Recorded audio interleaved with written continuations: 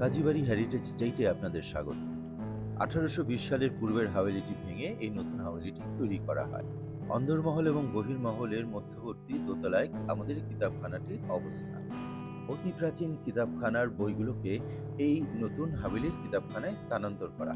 অতীতকালে এই কিতাবখানাটিতে প্রবেশের পরেই দেখা যেত বিশাল আকৃতির একটি গোলাকার টেবিল এবং তার উপরে একটি বিশাল বড় মোমবাতির ঝাড়, যেটি চেনের মাধ্যমে মোমবাতির ঝাড়টিকে নামিয়ে আবার মোমবাতিগুলো জ্বালিয়ে এটিকে উপরের দিকে আবার উঠিয়ে দেওয়া হতো।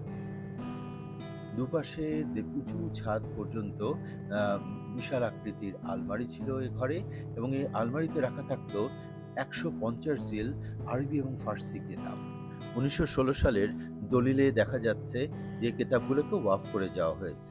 1940-এর দশকে দুর্ভিক্ষের সময় কাজীবাড়ির বহির্মহলকে সরকারের কাছে ভাড়া দিয়ে দেওয়া হলে সমস্ত কিতাবখানার বই এবং সমস্ত ফার্নিচার এগুলো নিচে একটি টিনের ঘরে রাখা হয়, যা ধলাই খালের বন্যার পানিতে নষ্ট হয়। গোল টেবিল এবং ঝাড়বাতিটি নর্থব্রুক হলে ডোনেট করে দেওয়া হয়। বর্তমানে কিতাবখানাটিতে 1950 পর্যন্ত অনেক পুরনো বই পাওয়া যায় এবং একটি 1859-এর বই রয়েছে। সেই পাখির পালকে লেখা সেই সুলতানি এবং মোগল আমলের বইগুলি সব নষ্ট হয়ে গেছে। যা হোক, কাজীবাড়িতে আপনাদের দাওয়াত থাকলো, আপনারা আসবেন, ঘুরে যাবেন।